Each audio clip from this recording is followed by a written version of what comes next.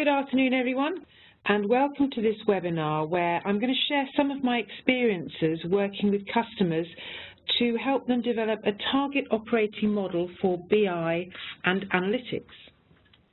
That's me. I'm a principal consultant with Thorogood. We're an independent consultancy and we specialise in BI and analytics. We work with customers in Europe and in the US, and we've got a large development team based in Bangalore in India. The work we do covers the full range of BI and analytics services, from helping to define strategies and roadmaps, which is what I'm going to cover today, all the way through to solution delivery, support and training. And I mentioned we're independent, but we do partner with technology vendors that we see as important in the BI analytics space, and some of them are listed there on the screen. In terms of an agenda for today, I'm going to take a quick look at what is, and more importantly, what should be influencing our decisions around BI and analytics and our operating model. Then I'm going to move on to the components of the TOM, the Target Operating Model, and then talk through the process that we've used with clients that helps them define that Target Operating Model. And I'm going to end up with really a summary conclusion of the session today. So, the world has changed. In fact, I started off putting in that the world is changing, but to be honest, most of the things now that I'm listing here are relatively mainstream, although I do think that their adoption isn't quite as widespread as the media would have you think. But we are starting to see impacts from the big data technologies. Those of you who joined my session on modern BI architectures will have seen some of these technologies entering the Gartner quadrant for data models. Cloud services, things like infrastructure, platform and software as a service, with real impacts from things like Amazon Web Services. Pretty powerful self-serve visualization tools like Tableau, Qlik and Microsoft Power BI really coming up now fast in terms of capability. We're seeing lots of new data sources being available, things like Twitter, Clickstream, Internet of Things, all of those data sources really needing different types of data storage. And there's a really big drive for advanced analytics, that sort of predictive and the prescriptive side, not only predicting what's going to happen, but driving businesses to adopt the outcomes of those predictions. And finally, Wi-Fi now is everywhere. If you go out and you can't get onto Wi-Fi, you start twitching and feeling really uncomfortable. So we expect everything now to be available on the move and on a mobile. But in the face of all of this new stuff, is the tail wagging the dog, if you like? So if IT minimises or misses the importance of supporting the business goals, then the value of IT that comes out of it is really going to be small. By putting enough focus onto the business perspective, the value of IT will grow. In other words, what I'm saying is we shouldn't really be doing IT for the sake of IT. We should be doing IT in order to support the business. This is from a really interesting article by McKinsey from earlier this year. I've put the link on there, snappily called Partnering to Shape the Future, Its New Imperative. But the article stresses the importance of the partnership between IT and the business if IT is really going to be effective. And it highlights some interesting differences between the importance that the IT executives place on certain aspects of what they're trying to achieve versus what non-IT executives do. And the one that the paper calls out, the really significant difference, is in the prioritisation of reducing IT costs by IT versus the business. Now, you could say you'd expect that because it's the IT executives that are holding the purse strings, if you like, for the IT budget. So you would expect to see a difference. But often we see that the business would actually be prepared to pay significantly more for a better IT service. So I think it's calling out a bit around that.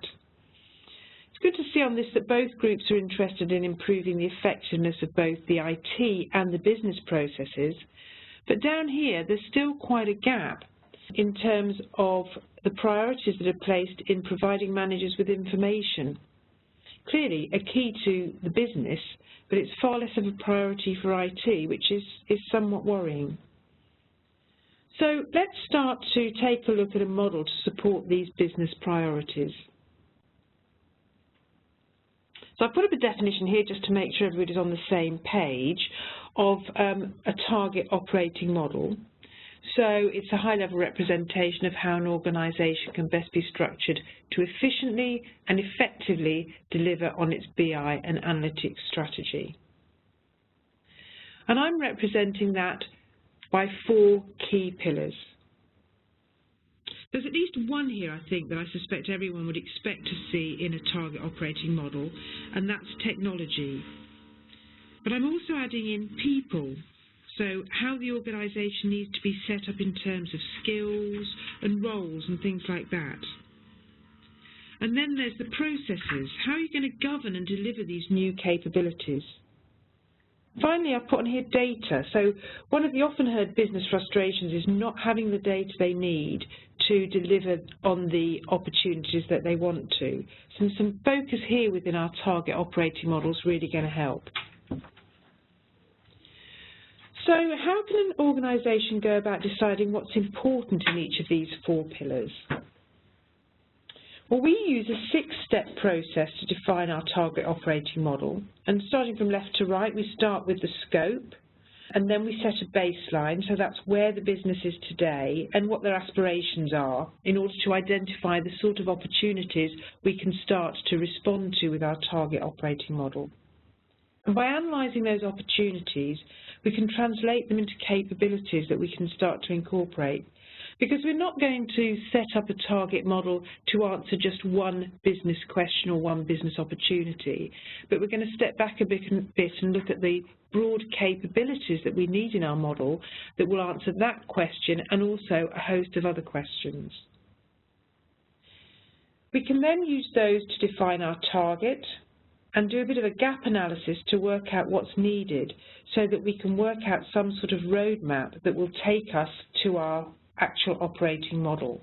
And we need to start to include priorities there in order to make sure that we're delivering the most effective capabilities first.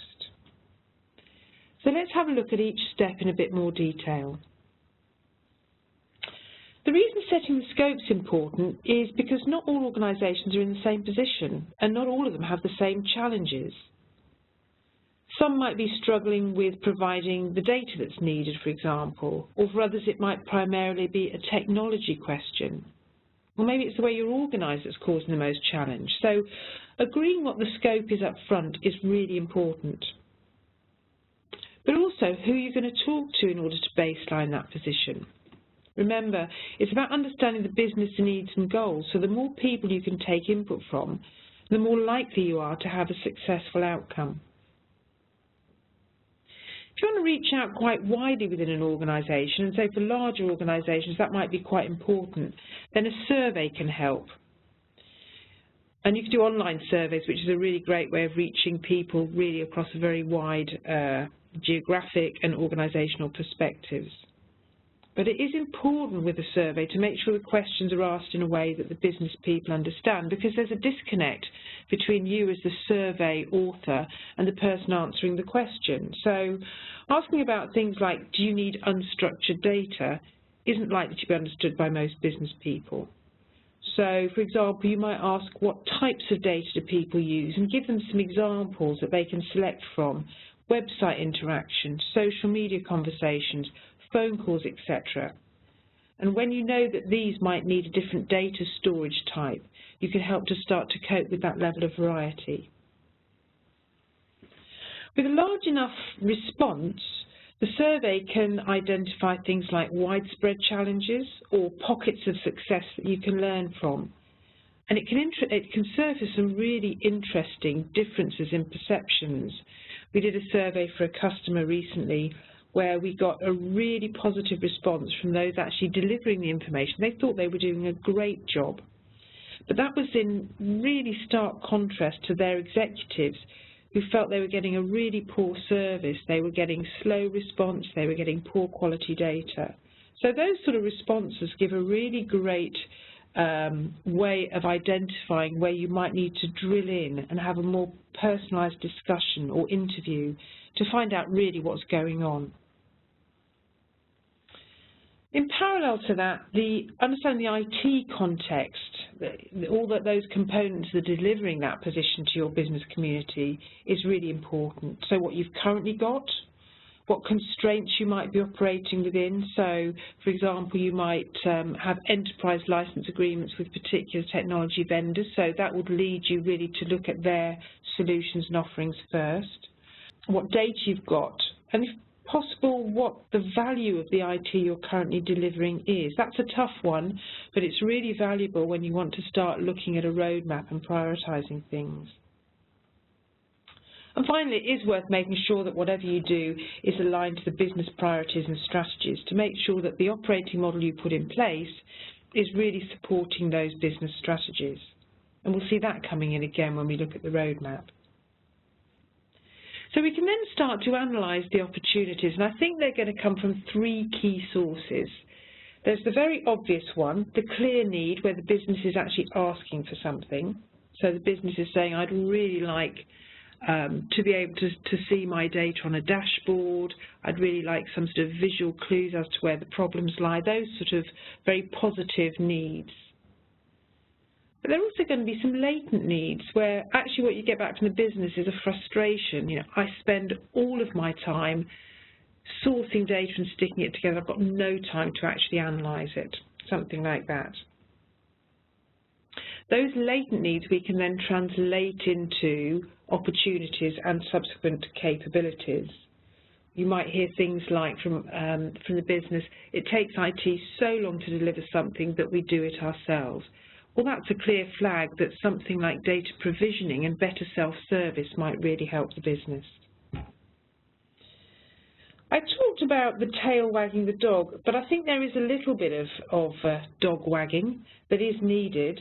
It is IT's job to identify how new technology can help. So some education to highlight the art of the possible is important here if this target operating model is going to really deliver to its maximum potential.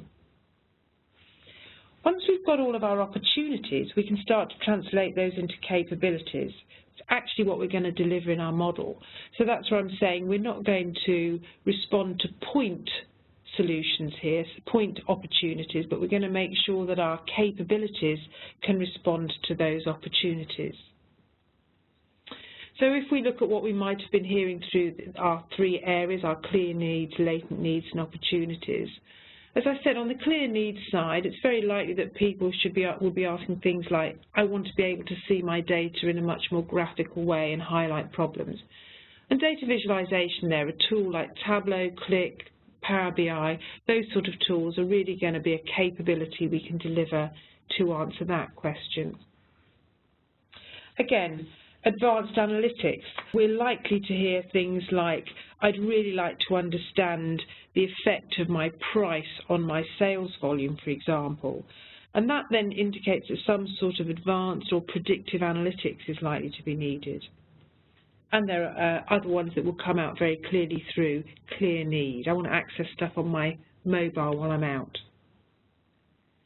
The latent need, we talked about people spending a lot of time sourcing and stitching data together. Well, that indicates that a tool that provides something like, we call them data mashups or data blending, something like Tableau, Power BI, put in the hand of the user will really help them to overcome the amount of time they're spending collating and stitching data together. I've got agile delivery there. I don't mean necessarily the agile methodology, but being able to deliver solutions much more quickly will overcome that sort of IT as a bottleneck problem that we hear. And we've done quite a lot of work working with customers to help them put in place architectures that allow rapid prototyping and then moving that through into a production system. I always think of it as an analogy, a bit like a swan, where once you've got the user interface right and they're looking at it from a sort of POC perspective, if you can get that into production really quickly, albeit below the surface you might be doing a load of stuff that really isn't what you want to do long term, you can then spend the amount of time you need to get that into your data warehouse, fully productionized, but what the user sees really doesn't change. So being much more agile and rapid in terms of getting stuff to the business.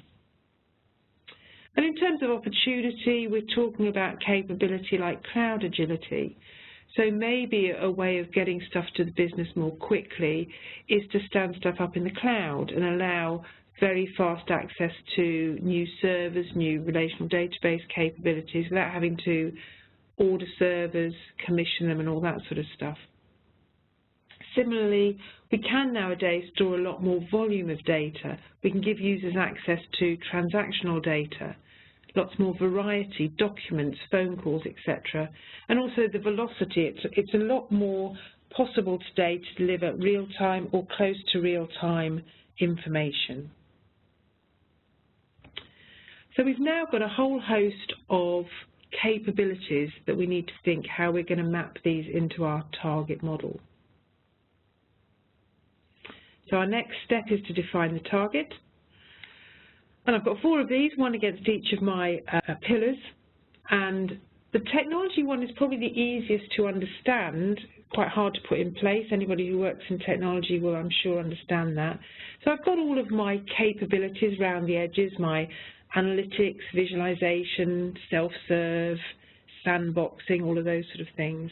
And I can start to map that to my target architecture, deciding what technology is going to fill each of the gaps. So in this example, I'm accustomed with a very strong Microsoft focus and a very strong desire to leverage the cloud. So I've got things like Azure SQL, Azure HD Insight. My advanced analytics, for example, here needs some analytic capability, so I'm introducing Azure ML into the frame. But I'm also recognizing that I've got a strong contingent of people who can program themselves and use the R technology. So I might need the what used to be Revolution Analytics, the supersizing of R capability. But I'll have some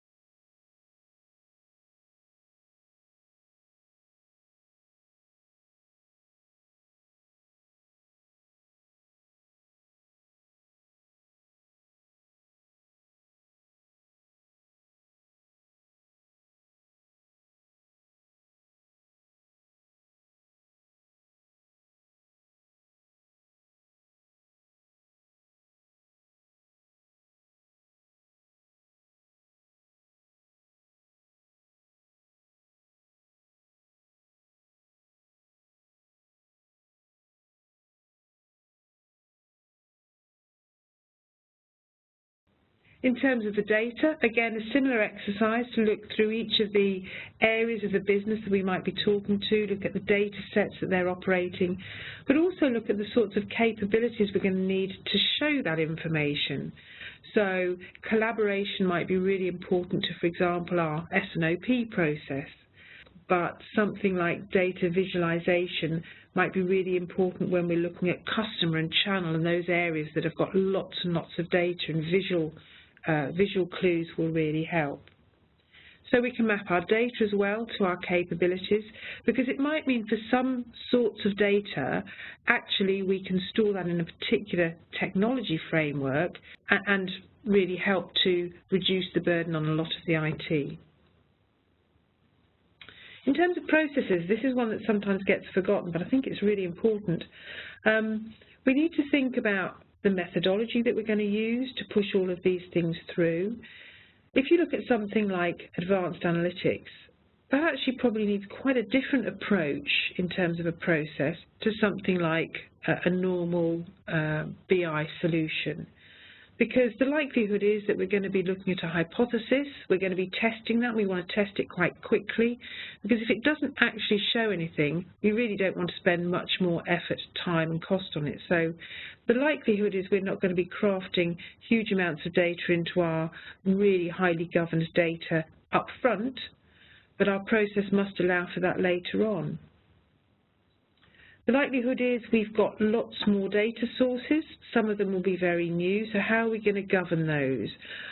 Data lakes are really topical at the moment. My big worry with data lakes is lots of stuff goes in and nothing ever then comes out. So I think a governance process for storing data, analysing it, reviewing it, those sort of things is really important. And with that comes the principles and policies for storing of data. So our process, Tom, starts to look at all of those aspects. And then our people. So this could actually have quite a big impact depending on how much we're changing our target operating model. So traditionally we'd have our CIO governing our IT teams. We may well have a BI Centre of Excellence and business analysts or SMEs working with the business. But as we start to see some of these new capabilities coming through, we might need to think about splitting that. So do we really need to think about a chief data officer with data governance of both the traditional data and all of these new data streams? Are we happy that an analytics requirement can be handled by IT, or would we like to think about an analytics officer driving the data scientists and maybe the analytics delivery? Because it is quite different in terms of embedding analytics into organisations. So quite a lot of thought needs to be put into what your organisational structure might look like in order to support any of these activities. And you can see from some of these that actually, if we look at, for example, I'll stick on advanced analytics, there's quite a big impact on data, new types of data sources. So we need to involve our data side of things, our chief data officer, and also our chief analytics officer. And depending on where the delivery of our analytics is, that might be enough, or we might move back into looking at our CIO, our IT side of things. So really worth spending some time thinking about who is going to be responsible for all of this and what the conduits between the areas are. But from there we've got our target model, and we can now start to think about our gap analysis. So gap analysis is relatively straightforward. We have our target and we know where we are today, so we can identify differences between the two. I was just looking at a couple of these really. We have this thing called, internally we call it the BI burger, obvious reasons, looks a bit like a burger. And into that we can put all of the components that we need for a data management perspective, from our business logic perspective, and from our information access, that was probably better said, information access perspective. And what we can do then is we can look at where we are today and compare that to where we want to be to give us an indication of what holes we've got to fill. And I think it's probably unlikely that our target will be all green, both in terms of, you know, we may really not be looking to do stuff within the short term for some areas, like alerting, for example. Some areas may stay amber, so I keep going on about advanced analytics, but I think it is something that organisations are struggling with a bit, and it may be that we want to take a much slower approach to analytics in our target. We might be happy in the short term really with just trying some things out. So it doesn't have to all be green, but we can identify the change. We can use a similar process when we look at data, for example. So we can identify where we're strong on data, where we have some gaps. We're going to run a workshop or webinar in the new year looking at how we can really help to understand what the quality of our data is. I don't necessarily mean the traditional data quality, but whether we have everything we need and whether it is at the level we need it. We're going to look at that in the new year, so I won't spend much time on that now, but again, we can look at where our gaps are in our data. So I was going to use this advanced analytics example to show really quite what an impact a new capability might have on your operating model. I'm going to start right to left this time. So we've talked about data really, so this is where we well may need some new data types, some unstructured data, some weblogs, some phone calls, Twitter, all those sort of things, to answer these sort of analytic questions. You know, what is the impact of changes in price versus the external market? Or is there a big difference between the propensity of somebody to claim on insurance depending on whether they've purchased over the phone versus online through Qlikstream and those sort of things? And if they've used Qlikstream, have they come from a comparison website? And the whole thing starts to include more and more types of data. That then has an impact on our technology, so we are probably going to need to store a lot more data than we would have before, so maybe think about some sort of Hadoop storage, maybe some document storage, blob storage for that unstructured data that we want to look at. It might start to impact our ETL capability, because although we might have some really robust Informatica or SSIS type approaches at the moment, we could be looking to put some of that ETL in the hands of the users, so we might need a much more user-friendly ETL capability, like Alteryx, for example. Or we might need to think about how we're going to deliver much more fuzzy logic, because we're linking up, potentially, lots of data sources that haven't gone through our traditional master data, data warehouse type environment. And of course, we're going to need some sort of analytic tool. We could use something like SAS, for example, the new Azure ML from Microsoft, or we might have quite strong capability. Just, you know, we're seeing students coming out of university these days really knowing R and being able to leverage the power of R, and that might be enough for us, particularly in the short term. We might want to do some sort of slowly investigations, and investing in something like R is a lot cheaper than something like SAS.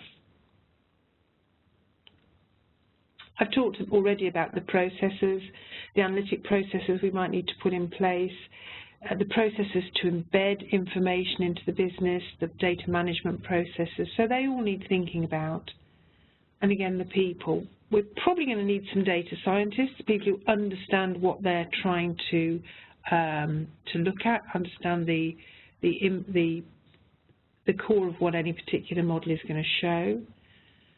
We might need some new Hadoop guys to augment our relational database technology people. If we're going to embed this back into the business, we probably need people who can go and start to educate people on what these results mean. And I've talked already about the fact that we might want to think about the impact on a chief analytics officer or a chief data officer. So just a simple kind of opportunity, I'd like to look at some predictive analytics, can have a really quite widespread impact on my target operating model. And I'm finally going to move on to the step 6, which is the roadmap. And this is because I do think if you look at something like that analytics example, and you could have lots and lots of these capabilities that you're looking to put into your target model, you really do need some way of prioritizing them. So you could look at how strategic it is. Is the opportunity that you're going to support through a capability, or opportunities more like, are they very strategic to the business? Have they got a clear link to metrics, to processes, compliance, those sort of things?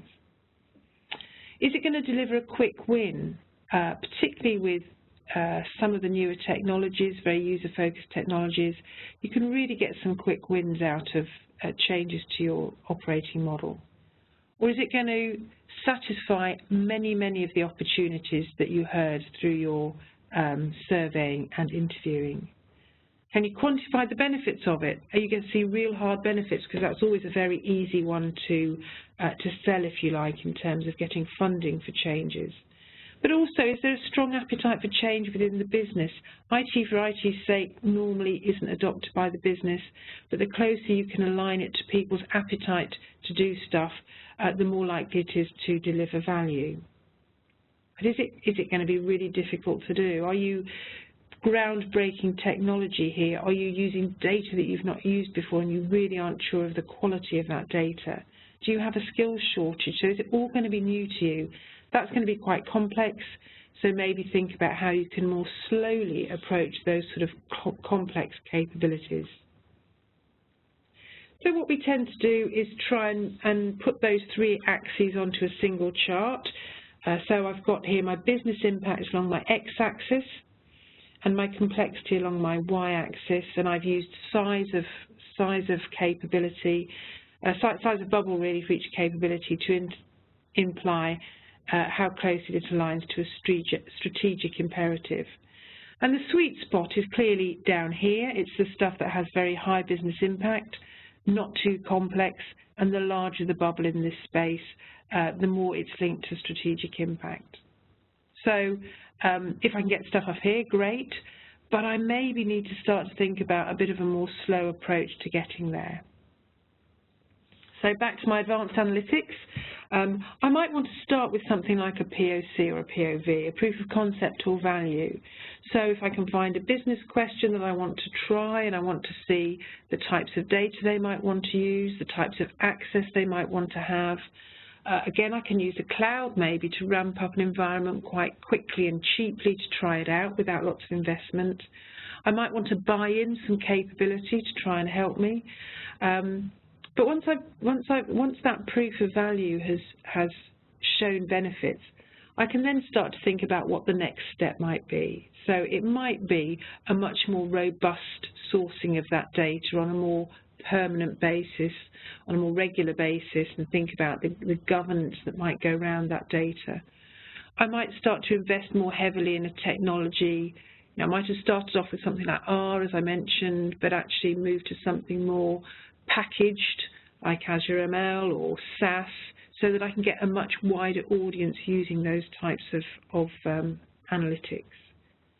And then once that's up and running and I've maybe tested that on a few more scenarios, I can then start to think about what I'd like to do in terms of an analytics team, training of people, etc. So I don't have to do that whole investment up front, as long as I can look at a roadmap of approaching each of these capabilities so that I'm really ensuring I'm getting the value from what I'm putting in place.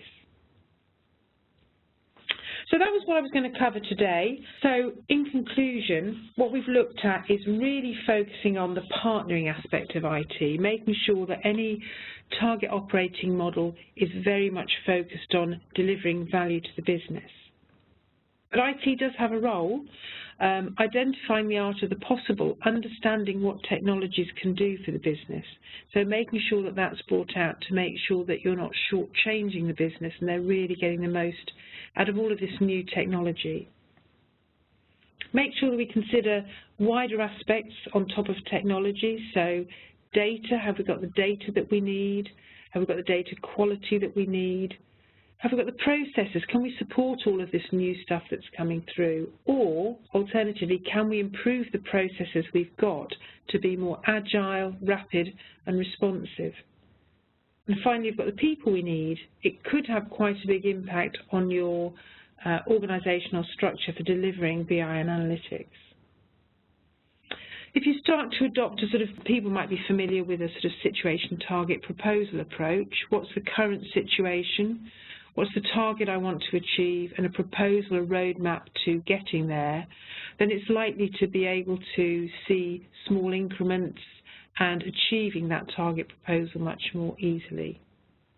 And as I say, that then leads us on to, I've finished on my analytic analogy, test a hypothesis. Don't necessarily invest hugely in a change to your technology, your data, your people and processes without testing it first, small scale.